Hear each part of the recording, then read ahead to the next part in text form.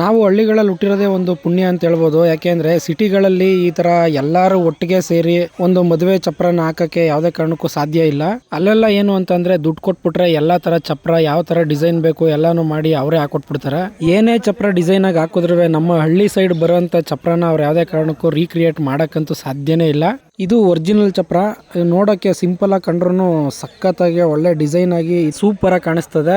ಎಲ್ಲಾರು ಅವ್ರವ್ರ ಕೆಲಸ ಕಾರ್ಯಗಳನ್ನ ಬಿಟ್ಬಿಟ್ಟು ಮನೆ ಹತ್ರ ಬಂದು ಇಲ್ಲಿ ಈ ತರ ಚಪ್ರ ಹಾಕೋದು ಏನೋ ಒಂಥರ ವಾಡಿಕೆ. ಇದು ನಮ್ದೊಂದು ಪದ್ಧತಿ. ಅದರಲ್ಲೂ ದೊಡ್ಡವರೆಲ್ಲ ಬಂದು ಅದ್ ಹಂಗಲ್ಲ ಹಿಂಗ್ ಮಾಡ್ಬೇಕು ಹಿಂಗಲ್ಲ ಹಂಗ್ ಮಾಡ್ಬೇಕು ಅಂತ ಅವರು ಹೇಳ್ಕೊಟ್ಟು ಒಬ್ರಿಗೊಬ್ರು ತಮಾಷೆ ಮಾಡ್ಕೊಂಡು ಕಾಲ್ ಎಳ್ಕೊಂಡು ಈ ತರ ಚಪ್ರ ಹಾಕೋದಿದೆಯಲ್ಲ ಅದ್ರಲ್ಲಿ ಸಿಗೋ ಮಜಾ ಇನ್ಯಾವ್ದ್ರಲ್ಲೂ ಸಿಗಲ್ಲ. ಒಬ್ಬೊಬ್ರು ಒಂದೊಂದ್ ತಲೆ ಉಪಯೋಗಿಸ್ತಾರೆ. ಈ ಹೂವ ಯಾವ್ದಕ್ಕೂ ಕೆಲ್ಸಕ್ಕೆ ಬರಲ್ಲ, ವೇಸ್ಟ್ ಆಗಿರ್ತದೆ ಅಂತ ಅಂದ್ಬಿಟ್ಟು ಈ ತರ ಕಿತ್ಕೊ ಬಂದು ಚಪ್ರಕ್ಕೆ ಡಿಸೈನ್ ಮಾಡ್ತಾ ಇರೋದು.